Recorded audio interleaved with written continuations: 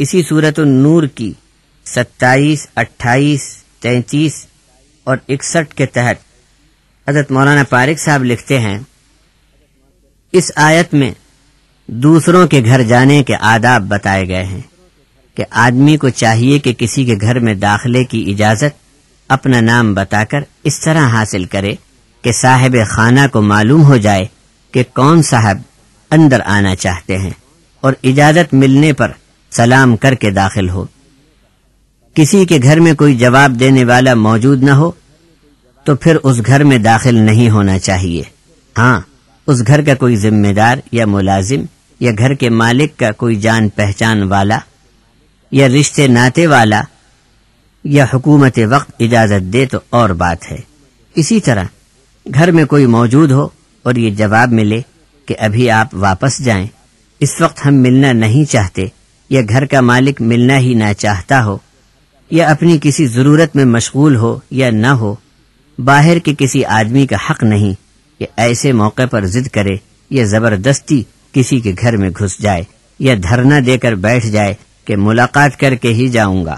یہ سب باتیں قرآنی تعلیم کے خلاف ہیں۔ قرآن پاک کی اس آیت شریفہ میں 3 باتوں کا خلاصہ ہے۔ نمبر 1، نکاح کا مقدور نہ ہو، مالی حالت اجازت نہ دے یا مناسب رشتہ نہ مل سکے تو مومن کو چاہیے کہ صبر سے اپنے آپ کو تھام رکھے۔ اللہ تبارک و تعالی جلد ہی نکاح میں رکاوٹ کے اسباب دور فرما دے گا۔ نمبر 2، اسلام نے غلامی کو ختم کرنے کے لیے بہت سے طریقے رائج کیے، اس میں سے ایک یہ کہ لونڈی غلام آزادی حاصل کرنے کے لیے کسی رقم کا وعدہ کریں تو آقا کو چاہیے کہ ان میں بھلائی دیکھے تو ضرور انہیں آزادی کا پروانہ لکھ دے، لیکن دیکھنا یہ چاہیے کہ یہاں سے چھوٹ کر اپنی آزادی کا غلط استعمال کر کے سماج میں آوارہ گردی کر کے بگاڑ پیدا نہ کرے۔ نمبر 3، جاہلیت میں لوگ لڑکیوں کو بازار سے خرید رکھتے اور جوان ہو تو ان سے پیشہ کراتے۔ اللہ نے اسے منع کر دیا اور یہ بھی حکم دیا کہ اگر ایسی لڑکیاں شادی شدہ ہو کر گھر گرستی کی زندگی گزارنا چاہیں تو آقا پر لازم ہے کہ انہیں آزاد کر کے اور ان کی مالی مدد بھی کرے۔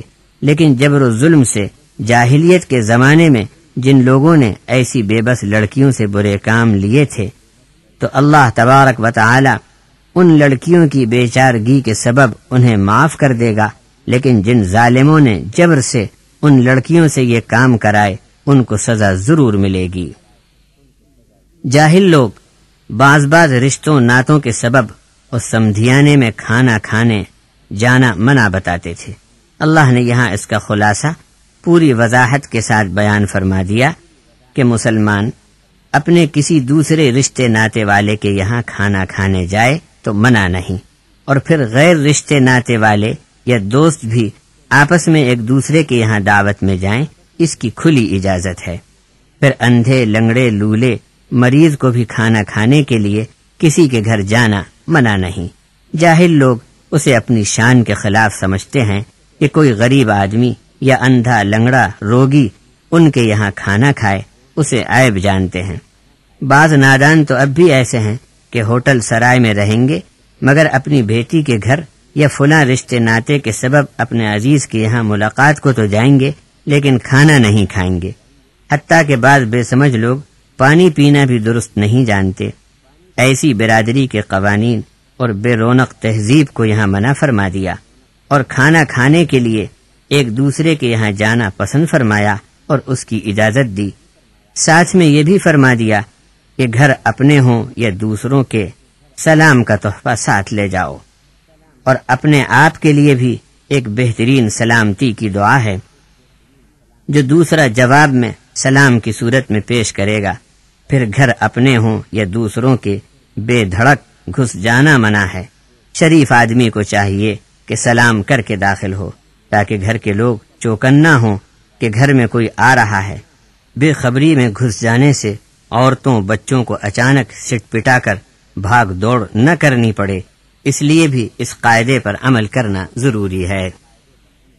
سورۃ النور میں خانگی اور گھریلو زندگی کے بڑے پیارے مسائل بیان کیے گئے ہیں۔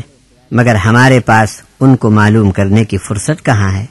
اچھا، اب آیت 58 سنیے اور پھر حضرت مولانا عبد الکریم پارک صاحب سے اس کی تفسیر۔ يا أيها الذين آمنوا ليستأذنكم الذين ملكت أيمانكم والذين لم يبلغوا الحلم منكم 3 مرات من قبل صلاة الفجر وحين تضعون ثيابكم من الظهيرة ومن بعد صلاة العشاء 3 عورات لكم ليس عليكم ولا عليهم جناح بعدهن طوافون عليكم بعضكم على بعض كذلك يبين الله لكم الآيات والله عليم حكيم۔